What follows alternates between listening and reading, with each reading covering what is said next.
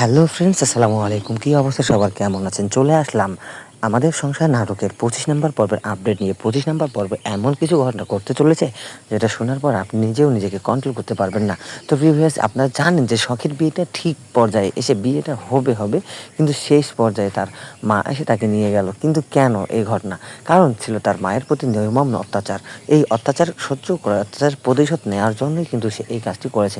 সব মিলিয়ে কিন্তু এই পরিস্থিতিটা এতটাই ভয়ানক হয়ে উঠেছিল, যেটা তার মা নিজেকে কন্ট্রোল করতে পারেনি, যার কারণে সে তার বাড়িতে নিয়ে গেছে। কিন্তু এদিকে শখ বুঝতে পেরেছে যে আলিফকে ছাড়া আর কেউ তাকে ভালোবাসতেছে না, অর্থাৎ পরিবার, মা বাবা, কেউ, দাদা দাদি, কেউ ভালোবাসতেছে না। সবশেষে কিন্তু সে তার জীবনকে উৎসর্গ করার জন্য বাড়ি থেকে বের হয়।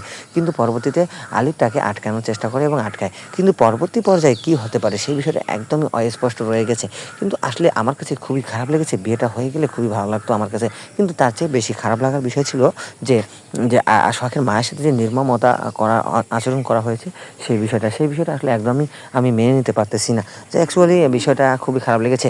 যাই হোক, আমি নিজেকে আমার নাটকটি দেখার পর আমি নিজেকে কন্ট্রোল করতে পারতেছি না, এরকম অবস্থা হয়ে গেছে, ভালো লাগতেছে না। যাই হোক, আমার কাছে এরকম লেগেছে, আপনার কাছে কেমন লেগেছে সেটা আমি জানি না। তো আমার কাছে খুবই বাজে লেগেছে জিনিসটা।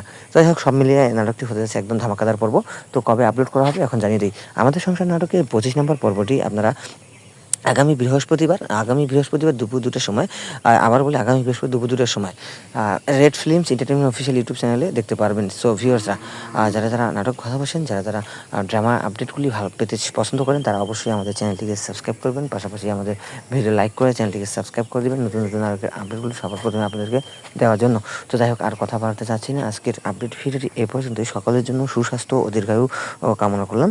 তো আর আপনাদের যদি কোনো মতামত দেওয়ার থাকে নাটক সম্পর্কে, আমাদের সংখ্যা নাটক সম্পর্কে কোনো থাকে, তাহলে দিয়ে যাবেন।